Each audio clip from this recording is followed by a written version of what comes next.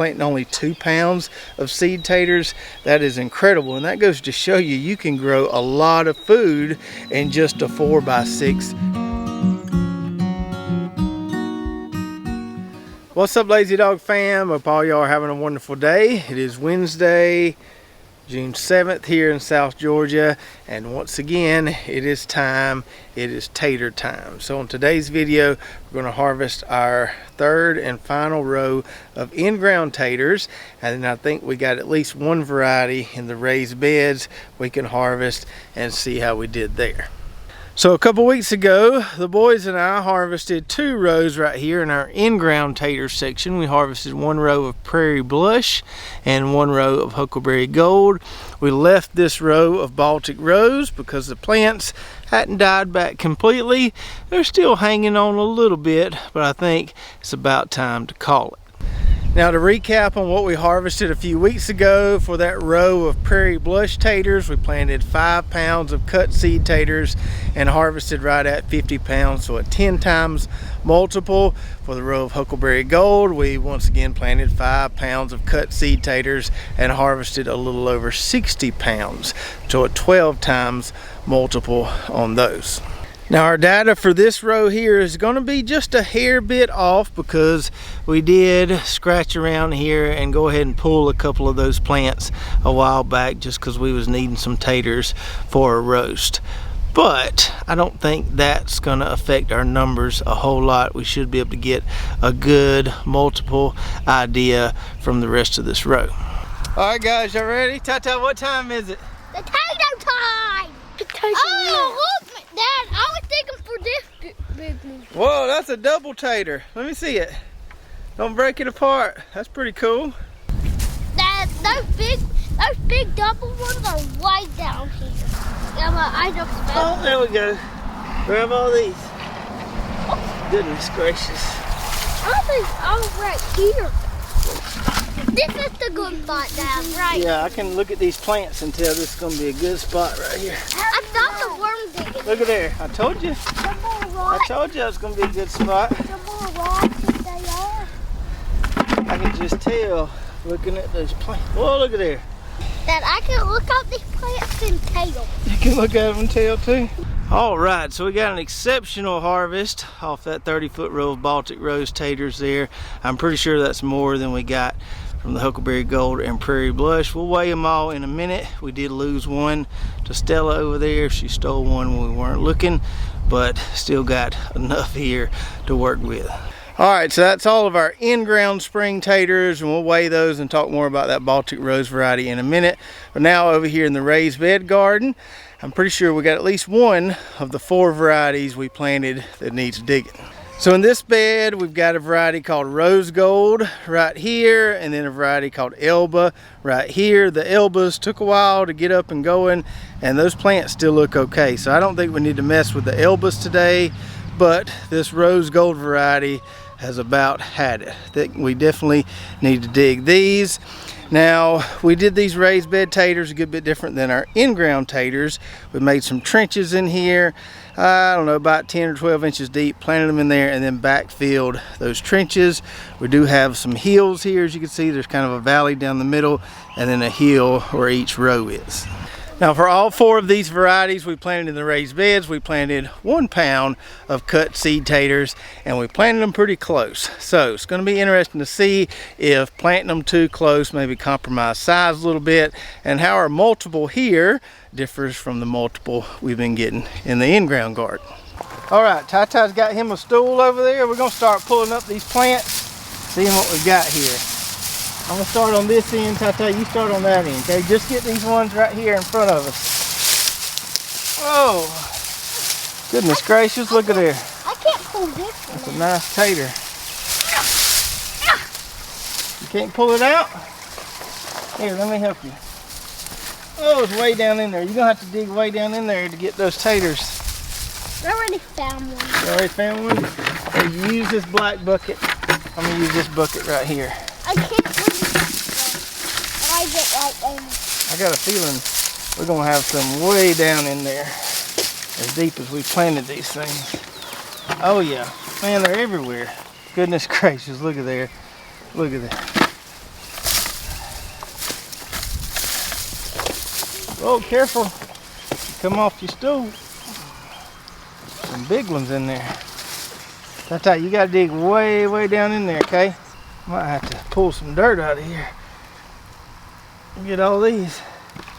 All right, I think I got them all there. I'm not 100% sure. Some of them things were way down there. I had to dig down a foot or so and was still finding a few just a minute ago, but I think I got them all.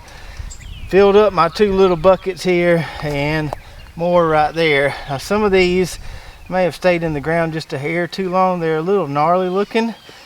Not as pretty as these elba taters that I accidentally scratched up there from the other side, but as far as yield goes, it's pretty impressive yield for just planting 1 pound of taters in a little double row here in this raised bed. All right, so now let me go grab my bathroom scale. We'll weigh both of these harvests here, see how each of these varieties performed, and also try to compare our raised bed technique versus our in-ground technique, although it's not necessarily apples to apples because we planted different varieties in the raised beds than we did in the in-ground garden. All right, let's see what we got here. We'll start out with our first bucket of Baltic Rose. 34 pounds on that bucket, 34.6 to be exact. And then 31.4 on that bucket. Then I consolidated all our rose gold from the raised bed. See what we got here. 37.6 pounds. That's crazy.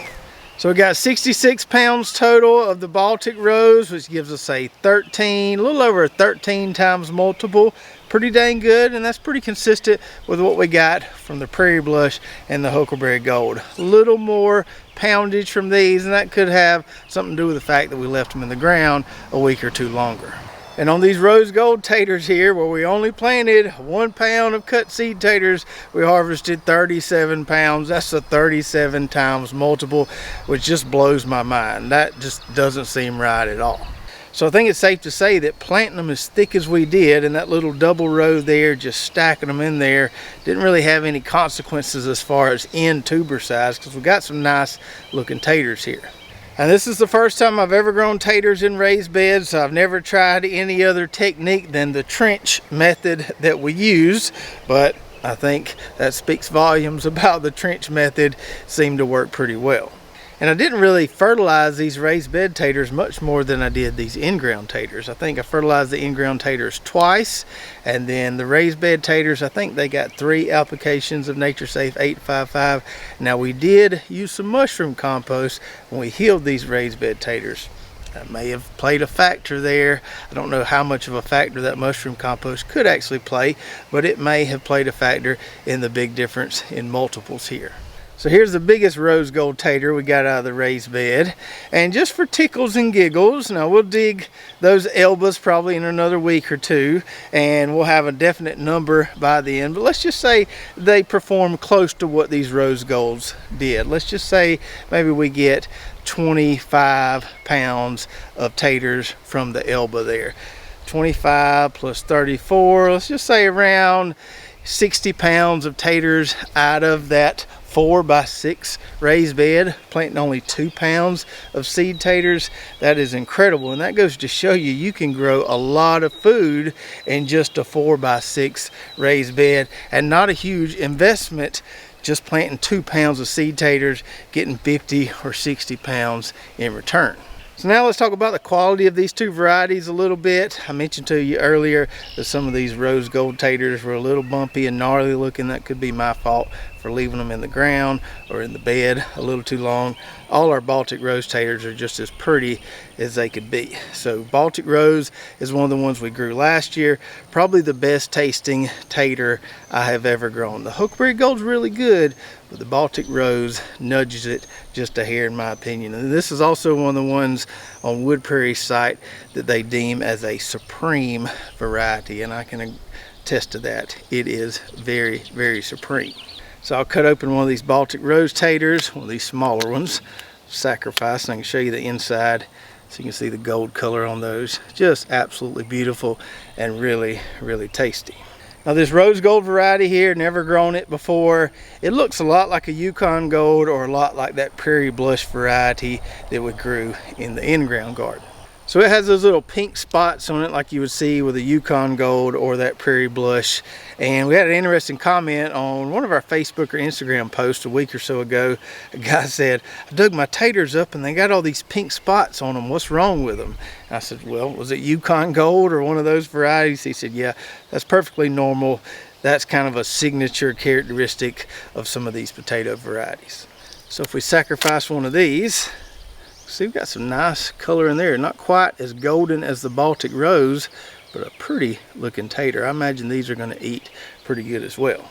Now, when we harvested those other 2 rows of in-ground taters, we talked about some tips for success and things we think led to a good in-ground tater harvest this year. As far as the raised bed taters go, if there is a moral of the story, I think the moral of the story would be to start with your container or raised bed about half or 2/3 of the way filled with soil. Plant your taters in there, plant cut taters, stack them in there pretty thick, and then just add soil to the container or the raised bed as they grow.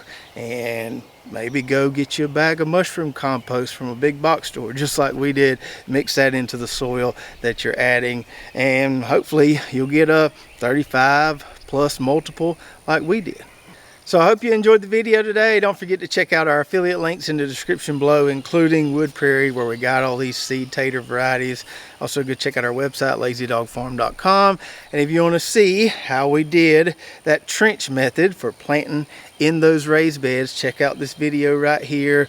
We'll break it down, show you the process of creating the trenches, planting those seed taters deep, and our plans to add soil to the plants as they grow. So check that out, and we'll see you next time right here at Lazy Dog Farm.